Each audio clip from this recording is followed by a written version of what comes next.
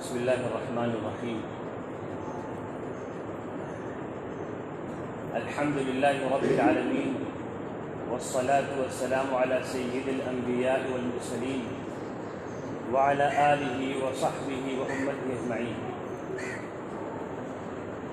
اما بعد فاعوذ باللہ من الشیطان الرجیم بسم اللہ الرحمن الرحیم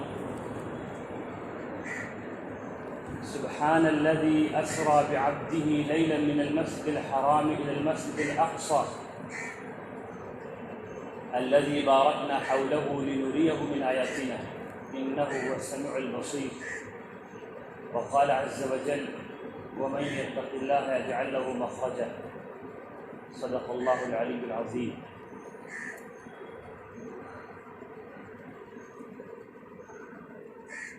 موقع کی مناسبت سے اور حالات کے تناظر میں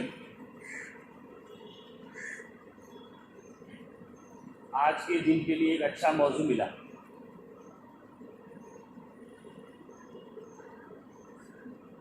نبی پاک صلی اللہ علیہ وسلم کو اللہ جل شانہ نے ایک قول کے مطابق 27 رجب المرجب کی رات کو معراج کے سفر پہ لے گئے. یعنی جو رات گزری ایک قول کے مطابق اسی رات میں سن 10 نبوی میں یا 11 نبوی میں نبی پاک صلی اللہ علیہ وسلم کو اللہ جل شانہ نے مکہ مکرمہ میں مسجد حرام سے ان کے جسم کے ساتھ ان کو فلسطین لے گئے مسجد اقصی. پھر رانچی میں اللہ جل شانہ نے حضور کو ساتوں آسمان کی سیر کرائی اور اپنے پاس جسد اطہر کے ساتھ بلایا. معراج کے واقعے کو شاید آپ سب جانتے ہوں گے، لیکن ضروری ہے کہ آج کے حالات میں خاص طور سے نبی پاک صلی اللہ علیہ وسلم کے اس معجزے سے ہمیں کیا سبق ملتا ہے. یقیناً معراج کا واقعہ سارے ایمان والوں کے لیے، امت محمدی علی صاحب الصلاۃ والسلام کے لیے امید کا روشن مستقبل کا پیغام دیتا ہے. یاد کریں بہت مختصر طور پہ کہ جب اللہ کے رسول صلی اللہ علیہ وسلم جو سرکار دو عالم ہیں، اللہ کے بعد پوری کائنات میں ان کے جیسا مرتبے والا کوئی نہیں، سرور دو عالم ہیں، رحمت کونین ہیں، اور اللہ کے سب سے محبوب سرزمین اللہ کے گھر مکہ مکرمہ میں انہیں اللہ نے مبعوث فرمایا، انہیں اپنا رسول بنا کے بھیجا. مکہ مکرمہ جو اللہ کا گھر ہے، وہاں پر اللہ کے رسول صلی اللہ علیہ وسلم کی آواز حق کو نہیں سنا گیا. حضور کی دعوت بظاہر کامیاب نہیں ہوئی، اللہ کے گھر میں بت رکھے ہوئے، اور رسول اللہ صلی اللہ علیہ وسلم اپنی تمام قوتوں، زبان کی اعلیٰ درجے کی صلاحیت، اخلاق کے سب سے بہترین نمونہ ہونے کے باوجود مکہ مکرمہ میں ان کی کوشش بظاہر رنگ نہیں لائی. اذیتوں کا پہاڑ توڑا گیا، ہر قسم کی تکلیفیں حضور کو برداشت کرنی پڑی. اوذیت فی اللہ ما لم یوذ احد، حضور نے فرمایا کہ مجھے اللہ کے واسطے اتنی اذیتیں، اتنی تکلیفیں دی گئی جو کسی کو بھی نہیں دی گئی. یقیناً بہت سے انبیاء ایسے آئے جو راہ حق میں شہید ہوئے، انہیں چیر دیا گیا، ذبح کر دیا گیا، بھوکا رکھا گیا، معاشرے سے الگ کر دیا گیا. ان سب اذیتوں کے باوجود رسول اللہ صلی اللہ علیہ وسلم کو جو اذیت دی گئی، جو تکلیف دی گئی، وہ سب سے زیادہ تھی ان سارے انبیاء کے مقابلے میں. حضور کی 10 سالہ محنت مکہ مکرمہ میں ناکام ہونے لگی. حضور نے یہ طے کیا کہ اب مکہ مکرمہ کے علاوہ کسی دوسرے شہر میں، دوسرے علاقے میں اب دعوت دی جائے. پھر حضور طائف جاتے ہیں. طائف کے شہر میں جو مکہ سے 100 کلومیٹر دور تھا وہاں حضور دعوت کے لیے گئے. اور حضرت عائشہ صدیقہ رضی اللہ تعالیٰ عنہا نے ایک مرتبہ مدینہ میں حضور کے ساتھ حضور سے ایک بات پوچھی کہ اللہ کے رسول مجھے ایسا لگتا ہے کہ شاید غزوہ احد کی جنگ میں آپ کو سب سے زیادہ تکلیف ہوئی ہوگی، کیونکہ آپ پر آپ ہی کی امت کے لوگوں نے تیر چلایا، آپ کے دندان مبارک، آپ کے دانت مبارک شہید ہوئے.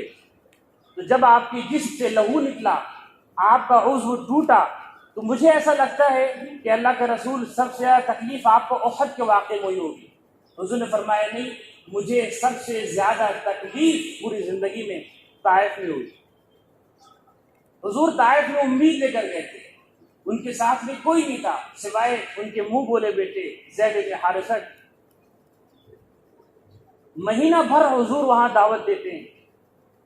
ایک روایت کے مطابق کوئی ایک فرد حضور کی بات نہیں سنتا.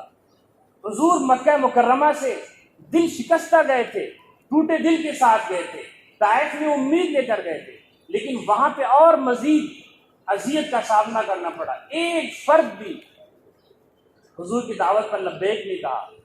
مزید یہ کہ لوگوں نے جس کے پاس حضور گئے سب نے برے انداز سے حضور کو جواب دیا، اور آخر کار وہاں کے اوباشوں کو حضور کی پیچھے لگا دیا، جو تقریباً 5 کلومیٹر تک حضور کا پیچھا کرتے رہے. یہاں سے کلبہ تک کا فاصلہ پیچھا کرتے رہے اور حضور پہ پتھر بازی کرتے تھے. آپ ذرا اس منظر کو سوچئے کہ نبی پاک صلی اللہ علیہ وسلم جو سارے جہاں میں سب سے بڑے بادشاہ ہیں، جن کے پاس ہر غیبی طاقت ہے اللہ کے حکم سے، وہ ایک مرحلہ ایسا آتا ہے کہ اللہ کے واسطے بے سہارا ہو جاتے ہیں. انہی کے لوگ، انہی کے روحانی بیٹے، انہی کے امتیوں پہ پتھر چلاتے ہیں. آپ سوچیں 5 کلومیٹر تک شہر کے اوباش، لوفر لوگ، بد مزاج قسم کے لڑکے اللہ کے رسول صلی اللہ علیہ وسلم کی جسم اطہر پر پتھر برسائیں اور حضور دوڑ رہے ہیں 5 کلومیٹر تک. اس کے بعد حضور کا دل ٹوٹ گیا. پھر حضور ایک باغ میں حضور نے پناہ لی، اور وہاں پہ جو اللہ کے رسول صلی اللہ علیہ وسلم نے اللہ سے شکایت کی، شکایت قوم کی نہیں، اپنی شکایت کی. اخلاق کا معیار دیکھیے کتنا بلند ہے رسول اللہ کا.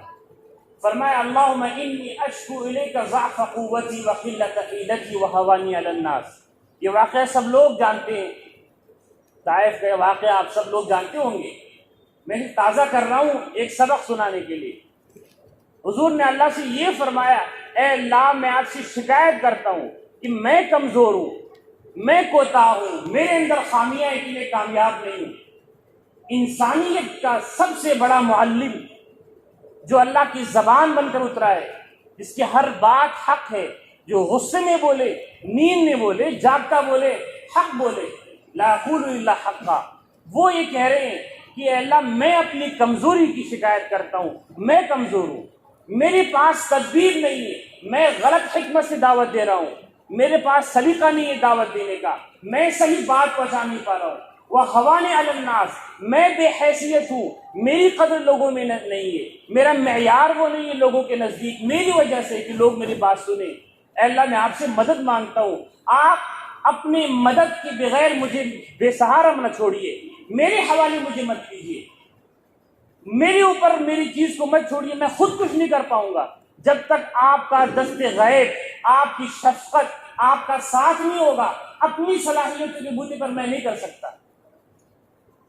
حضور کی دعا تو دیکھیے، سرکار دو عالم صلی اللہ علیہ وسلم کی زبان مبارک سے نکلنے والا ہر حرف قیمتی ہے، سمجھنے کے لائق ہے، لیکن اس موقع پر یہ دعا.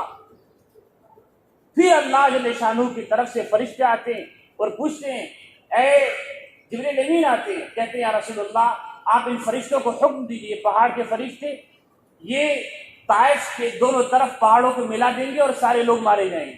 حضور نے کہا کہ نہیں، میں نے معاف کیا. سبق یہ دینا ہے معراج کے واقعے سے. جب اذیت اپنی انتہا کو پہنچ گئی، اور اللہ جب بھی کسی ایمان والے کو، اپنی طرف بڑھنے والے مومن کو، خواہ وہ نبی ہو یا عام امتی ہو، جب آزمائش میں مبتلا کرتے ہیں، حالات سے دوچار کرتے ہیں، تو محض ایک آزمائش اور امتحان ہوتا ہے۔ اللہ نے فرمایا وَإِن كُنَّا لَمُبْتَلِينَ، میں نے ہر نبی کو آزمایا، آپ کو بھی آزماؤں گا۔ جب اللہ کے رسول آزمائش میں کامیاب ہو گئے، طائف کا واقعہ مصیبت کے تابوت کی پر آخری کیل تھا، انتہائی اذیت ناک واقعہ تھا۔ کسی بھی انسان کا دل اتنا نہیں ٹوٹ سکتا جتنا رسول اللہ کا دل ٹوٹا، اس پہ زخم لگے طائف کے واقعے پر۔ اس کے بعد اب یہاں سے ترقی شروع ہوتی ہے، اب اللہ کی طرف سے غیبی امداد کے دروازے کھلتے ہیں، اور سب سے پہلی جو مدد آتی ہے وہ معراج کے واقعے کے طور پر آتی ہے۔ سب سے پہلی کامیابی وہ معراج کے واقعے کی شکل میں آتی ہے۔ طائف کا واقعہ نبوت ملنے کے 10 سال بعد تقریباً پیش آیا، اس کے فوراً بعد معراج کا سفر حضور کو میسر آیا۔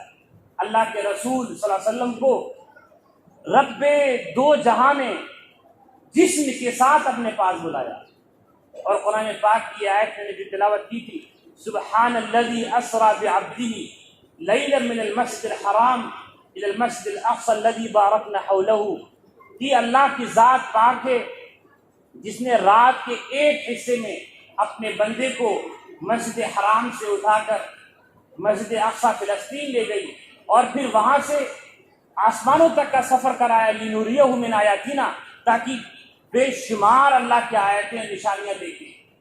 تو معراج کا واقعہ جو اسی رات کو پیش آیا جو رات گزری ہے، ایک روایت کے مطابق وہ دراصل اللہ کے رسول صلی اللہ علیہ وسلم کے آزمائشوں پر جمنے کے صلے میں ملنے والا میٹھے پھل کا پہلا لقمہ تھا، پہلی کامیابی تھی۔ یہیں سے شروعات ہو جاتی ہے۔ پھر اسی معراج کے سفر پر نماز کی نعمت ملتی ہے۔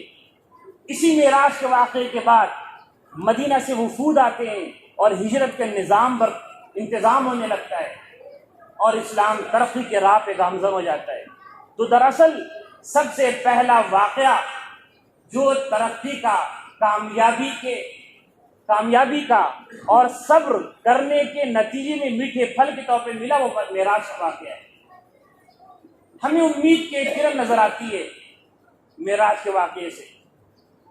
علماء نے، مفسرین کرام نے لکھا ہے، یہ جو آیت کریمہ ہے سبحان الذی اسری بعبدہ، اس میں اللہ جل شانہ نے اپنے خاص بندے کو معراج کے سفر کرانے کی بات کی ہے، اس کی اگلی ہی آیت میں اللہ نے یہود کا تذکرہ چھیڑ دیا۔ اللہ نے فرمایا کہ میں نے یہود کو، موسیٰ علیہ السلام کو کتاب دی، وَجَعَلْنَاهُ هُدًى لِبَنِي إِسْرَائِيلَ، اور موسیٰ کو اور موسیٰ علیہ السلام کو دی گئی کتاب تورات کو میں نے یہود کے لیے ہدایت کا ذریعہ بنایا، اور میں نے ان لوگوں سے کہا کہ اللہ تتخذوا من دونی وکیلا، کہ میرے سوا کسی کو اپنا مددگار مت بنانا، میرے سوا کسی سے امید مت رکھنا۔ لیکن یہود نے اللہ کے حکم کی خلاف ورزی کی۔ علماء یہ کہتے ہیں کہ معراج کے واقعے کے فوراً بعد یہود کے اس واقعے کو کیوں بیان کیا گیا؟ حضور کا واقعہ چل رہا ہے، ایک آیت میں اللہ نے یہ کہا کہ میں نے محمد کو معراج کا سفر کرایا، اور پھر اگلی آیت سے حضور اللہ جل شانہ یہ بیان کرنے لگتے ہیں کہ میں نے یہود کو ایک نبی دیا موسیٰ علیہ السلام کی شکل میں، کتاب اتاری تورات کی شکل میں، اور ان سے کہا کہ تم کتاب کو تھامے رکھنا اور میرے سوا کسی سے امید مت لگانا۔ اگر تم میرے حکم کی خلاف ورزی کرو گے تو تمہاری بستیوں کو تراش کر دیا جائے گا، تباہ کر دیا جائے گا، تم غلام بنا دیے جاؤ گے۔ علماء نے ان دونوں آیتوں کے درمیان میں یہ ربط بیان کیا ہے۔ اللہ قرآن کے ذریعے سے یہود کو یہ پیغام دینا چاہتے ہیں، آپ ذرا غور سے سنیے گا، قرآن پاک کو غور سے سننے کی ضرورت ہے، دل میں بسا لینے کی ضرورت ہے، جو یہود نہیں کر پائے اللہ کے کلام کے ساتھ میں۔ اللہ جل شانہ یہ کہنا چاہ رہے ہیں کہ اب محمد جب قرآن نازل ہو رہا ہے تو یہود بھی مخاطب ہیں، عیسائی بھی مخاطب ہیں، اللہ نے یہ کہا کہ چونکہ عیسائیوں نے، یہود نے اپنی کتاب کو چھوڑا، جس کو پکڑنے کا، جس کو تھامنے کا اللہ نے حکم دیا تھا، تو اب محمد کو ترقی دی جائے گی۔ اب معراج محمد اور محمد کے ماننے والوں اور قرآن کے ماننے والوں کو ملے گی۔ تو معراج کا واقعہ دراصل امت محمدیہ اور مسلمانوں کے ترقی کے لیے سب سے بڑی امید ہے۔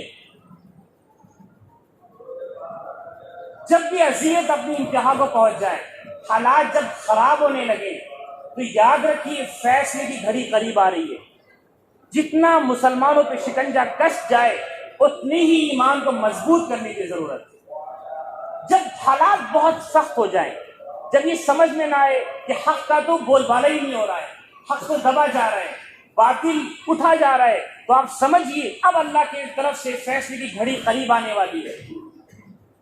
سبحان الذی اسری بعبدہ، جب حضور شکایت کر رہے ہیں کہ اللہ میں بے سہارا ہوں، آج حضور کی امت یہ شکایت کر رہی ہے زبان حال سے، اے اللہ ہم بے سہارا ہیں، ہمارے پاس میں کوئی قائد بھی نہیں ہے جو جرأت دکھاتا ہو، ہمارے پاس تو کوئی نظام تعلیم بھی نہیں ہے جو نمونہ بن جائے، ہمارے پاس تو ایسے افراد نہیں جو صحابہ کی مثال ہو، اے اللہ ہم بے سہارا ہیں، ہم بے تدبیر ہو گئے، امتوں کے سامنے ہم ذلیل ہو رہے ہیں۔ جب ایسے حالات آئیں گے اور امت زبان حال سے اپنے رسول کی طرح یہ شکایت کرے گی، تو اللہ کی طرف سے معراج میسر آئے گی اس امت کو بھی۔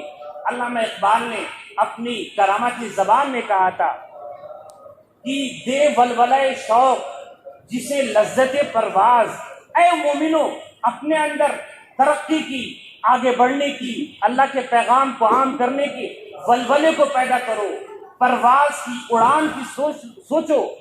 دے ولولہ شوق جسے لذت پرواز، پرواز کی لذت جسے میسر آ جائے شوق کی وجہ سے، تو پھر ذرے کو بھی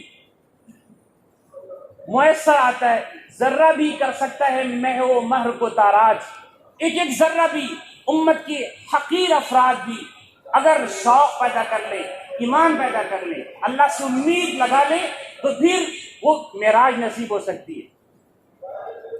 اللہ جل شانہ نے اگلی آیت میں فرمایا، کاش میں آپ سب کو یہ بات سمجھا سکوں، ذریۃ من حملنا مع نوح انہ کان عبدا شکورا۔ اللہ نے کہا یہود سے کہ اے یہود، تمہیں میں نے کتاب دی، اسے تھامے رکھنا، اور میرے سوا کسی کو معاون نہ بنانا، مددگار نہ بنانا۔ اے وہ لوگ جو نوح کی اولاد میں سے ہو اور نوح کے ساتھ کشتی پر سوار ہوئے مومنوں کی اولاد میں سے ہو، ذریۃ من حملنا مع نوح، اے وہ لوگ جو نوح اور نوح کے ساتھ کشتی پر سوار لوگوں کے افراد میں، اولاد میں سے ہو۔ کاش آپ میری اس بات کو سمجھتے۔ نوح علیہ السلام کون تھے؟ جنہوں نے 950 سال تک اللہ کی دین کی دعوت دی، مخالف ماحول میں، لوگ بات کو نہیں مانے۔ یاد رکھیں، جب حق کی بات سنی نہ جائے تو اس کا ایک مطلب نہیں ہوتا کہ حق کی آواز کمزور ہے، اس کا ایک مطلب یہ بھی ہوتا ہے کہ سننے والے بہرے ہیں۔ اللہ نے فرمایا الذین کانت اعینہم فی غطاء عن ذکری وکانوا لا یستطیعون سمعا، بہت سے ایسے لوگ ہیں جو جہنم رسید ہوں گے، جو میری آیتوں کے سامنے، میری قرآن کے سامنے چھپے بیٹھے رہتے ہیں، کانوں میں پردے ڈال لیتے، انہیں حق بات سمجھ نہیں آتی، وہ سن ہی نہیں پا رہے۔ حق ہمیشہ بولتا ہے لیکن کان بند ہو جاتے ہیں۔ نوح علیہ السلام نے دعوت دی، لوگوں نے دعوت قبول نہیں کیا، اللہ نے عذاب نازل کیا، ساری انسانیت تباہ ہو گئی۔ صرف چند کروڑ انسان بستے تھے اس وقت زمین پر، سب لوگ پانی میں ڈوب گئے۔ نوح علیہ السلام کے گھر والے بھی ڈوبے، ان کی بیوی ڈوبی، ان کا بیٹا بھی ڈوبا، لیکن چند ایمان والے بچا لیے گئے۔ اللہ کہہ رہے ہیں کہ نوح نے جو کشتی بنائی تھی، آپ سب سنے ہوں گے، نوح علیہ السلام نے پہلی کشتی بنائی۔ اللہ نے کہا کہ ایمان والوں کو اس پہ سوار کر لو، جو کشتی پہ سوار ہوگا وہ بچ جائے گا، باقی ساری دنیا تباہ ہو جائے گی۔ تو اللہ نے ان ایمان والوں کو بچا لیا۔ اب یہود سے اللہ یہ کہہ رہے ہیں، اے نوح اور نوح کے ساتھ کشتی پر سوار ہونے والوں کی اولاد، ذریۃ من حملنا مع نوح، اس میں اشارہ ہے کہ میں کچھ قوموں کو وباؤں سے بچاتا ہوں، دنیا میں حالات آ جائے، تباہی مچ جائے، معیشت کا نظام درہم برہم ہو جائے، بھوکے مرنے لگے، خون خرابہ ہونے لگے، لیکن اللہ اگر چاہیں گے کچھ لوگوں کو بچائیں گے ایسا جیسے اللہ نے کشتی نوح پہ سوار لوگوں کو بچایا۔ یہود کو اللہ پیغام دے رہے ہیں، تورات کو تھام لو، کتاب کو تھامو، موسیٰ کو تھامو، تم ان کی اولاد میں سے جسے بچایا گیا تھا۔ یہی پیغام زبان اشارے کی زبان میں ہم سے اللہ یہ کہہ رہے ہیں، اے قرآن والو، کیونکہ وقت ختم ہو رہا ہے، 2-3 آیتوں کے بعد اللہ نے فرمایا عسیٰ ان یرحمکم ربکم، عسیٰ ربکم ان یرحمکم، تمہارا پروردگار مارنا نہیں چاہتا، رحم کرنا چاہتا ہے۔ تم ظلم کرتے ہو تو اللہ ظلم کرتا ہے، اللہ تباہ کرتا ہے، اللہ ظالم نہیں۔ تو اللہ یہ کہہ رہے ہیں اشارے کی زبان میں کہ قرآن کو تھام لو، محمد رسول اللہ کو تھام لو۔ دنیا میں کیسی ہی آفتیں آ جائیں، آفتیں آتی رہتی ہیں، تم بچو گے۔ میرا اشارہ کورونا کی طرف نہیں، آپ یہ سمجھے، میرا اشارہ اس عالمگیر آفت کی طرف ہے جو ہر ایک شخص کو ایمان سے دور کرے گا، اللہ کے عذاب حقیقی سے قریب کرے گا۔